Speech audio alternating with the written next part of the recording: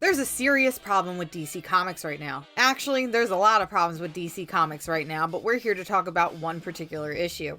With October solicitations for new releases on the horizon, it was revealed that issue 50 would mark the series finale for the long-running Batgirl series. Now, I'm not gonna try and pretend that this Batgirl run was anything special or monumental. I'm sure it was a decent run, but other than an unnecessary costume change, it didn't really do anything impactful for the character.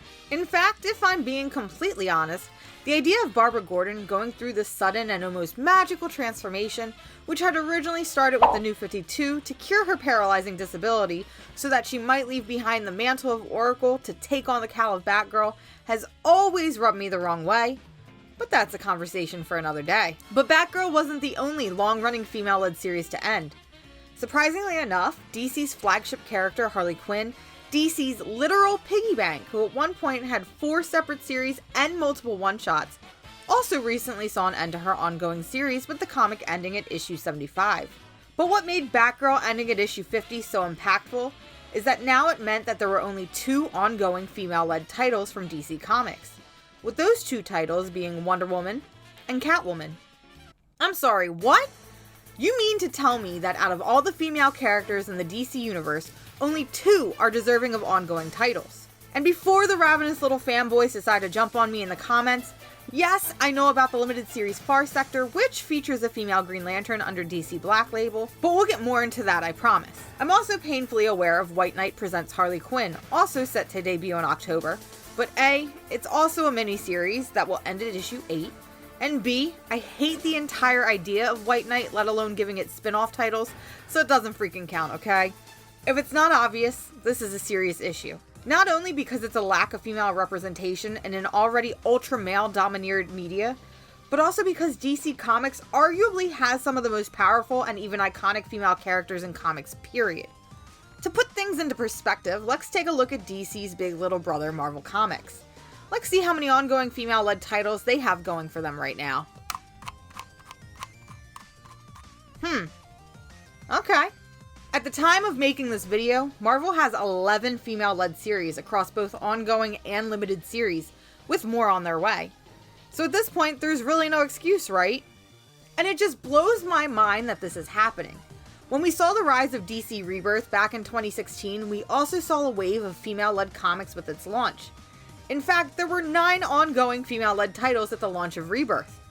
Now, while initially that doesn't sound like a huge number, especially when we just looked at Marvel's current lineup, but out of the 29 titles that launched with Rebirth, 9 of those series were female. That's almost a third of everything that was being published with Rebirth at the time. So it's pretty good, I'd say. Of course, you had those expected titles like Wonder Woman, Harley Quinn, and even the Birds of Prey. But there were also a few hidden gems in there like Superwoman, which was a title no one expected as it followed Lana Lang, a C-list character in Metropolis lore, who would gain superpowers after the death of the New 52 Superman. We even got to see that female influence in titles like Green Lanterns, which featured the Green Lantern Jessica Cruz as one of the title's leading characters, alongside her partner Simon Baz. This was freaking awesome and was honestly a much needed break from the normal white dude that normally graced the Green Lantern title. And yes, while I know that Kyle Rayner is a Latino man, he is still white in passing. The partnership between Jessica and Simon was disbanded as their series ended. Jessica Cruz soon found herself in Justice League Odyssey alongside Starfire, while the Green Lantern title went back to being a solo Green Lantern title with Hal Jordan at its helm. Don't get me wrong, I like Hal Jordan as much as the next DC fan, but there's just something that doesn't sit right with me that 2 Lanterns of colors, one of them being a Latinx woman, lost their spot on the Green Lantern title to a white dude. Like Green Lanterns, as time went on, we watched as slowly one by one those female-led series were canceled, with Superwoman, Birds of Prey, and Batwoman being some of the first to go. Superwoman and Batwoman would end at issue 18, and Birds of Prey would end with 22. Now, I may be a little biased on these series, but it felt like Birds of Prey and Batwoman ended prematurely, especially when you factor in that both of these series had the same writer on their titles for the extent of their run. Which means that even if those series were failing in popularity, it never actually gave them a chance to thrive and succeed under a new creative team. It honestly feels wasted and like they wanted these series to fail. We've even seen a decline in female representation from Detective Comics. When that series started with Rebirth, it boasted a large cast featuring several prominent female characters, including Batwoman, Stephanie Brown, and Cassandra Cain. Honestly, it's what made Detective Comics interesting and inviting, considering its large, diverse team. Now, with the absence of those characters, it just feels like another generic Batman title. And Lord knows we have plenty of those on the market already. Personally, I thought that series like Birds of Prey and Batwoman would receive a resurgence in new series, especially since these were characters that had scheduled releases across movie and TV.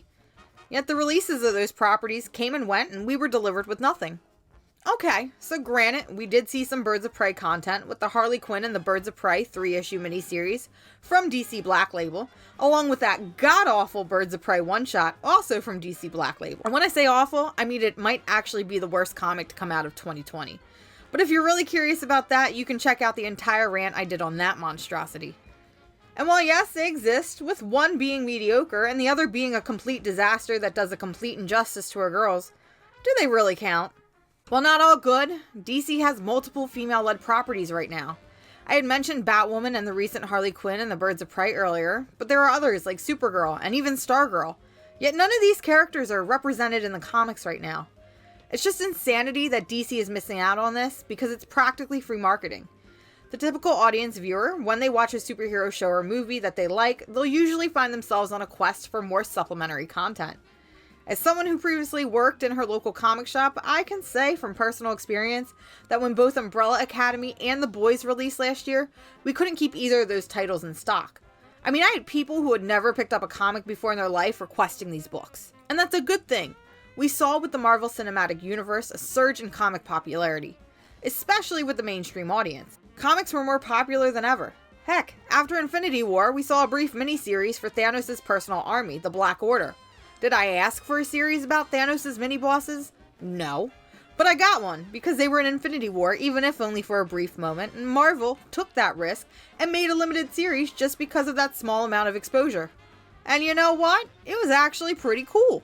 Now, I'm not trying to pretend that a character like Stargirl has the same presence as Thanos or Captain America, but it's a concept and idea that there isn't connecting media between a comic-based movie or show and its source material. And sure, while there are new printings and new releases of previous collected editions of comics for these characters, it just doesn't feel like it's enough. In fact, it doesn't even feel like DC trusts these characters enough to give them their own ongoing series or even limited series. Sure, they trust these characters with their own television show, but a comic? Ha! You're kidding, right? Get out of here. We've seen plenty of female-led miniseries along the way. Engaging series like Mara, Queen of Atlantis, Amethyst, and even Lois Lane. There's also Far Sector, which I had mentioned previously, and it's possibly one of the most ambitious superhero comics DC has released in a while.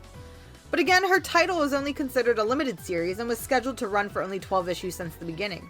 But some 4 years later, after the rise of Rebirth, we've yet to see a single female character engage in her own ongoing series from the publisher. DC allowed female-led titles to drop and yet never once took the chance on another to take their place. And don't even get me started on female talent at DC Comics, because that's honestly an even bigger joke than its character representation. Right now, there are under 10 creators working for the publisher. Amy Reeder currently does the writing and illustration for her miniseries Amethyst, N.K. Jemisin is the writer for the aforementioned limited series Far Sector, and Joelle Jones currently still does some of the covers for Catwoman, although not as regularly as when the series began when she did the writing, art, and cover art for a single book. We've also got hard hitters like Kelly Sue DeDonick and Mariko Takamaki, who are currently on leading titles Aquaman and Wonder Woman. And if I'm being fair, there are some pretty rad women on the editorial team at DC. But while we're on the topic of female creators, let's just take a look at some of the titles I mentioned. Aside from Kelly Sue on Aquaman, every other creative I've just named is on a female-led title. And while I think that's great, in fact, I think that every female-led title should have a partial, if not full, creative team. I'm tired of seeing women in comics only being given the opportunity to write female characters. It just feels cliche on top of the fact that it's underutilizing the talents of these creators. Like, what is it gonna take for a gal like me to see Becky Cloonan on Batman or Gail Simone on the Justice League? DC Comics, please, I'm begging you, please let it happen. And it may seem like I'm asking for a lot, but DC is already proving that it can be done. Let's take a look at their young adult original graphic novel titles. This is honestly where DC is shining right now. I mean, we're talking about some serious representation, with characters like Mara, Black Canary, Raven, Zatanna, Barbara Gordon, and Cassandra Cain all starring in their own books. We've even seen the birth of new series and new female characters under these young adult imprints, with books like Antihero and Primer both boasting brave and courageous heroines. So that begs the question, why can't they do the same for their mainline publishing?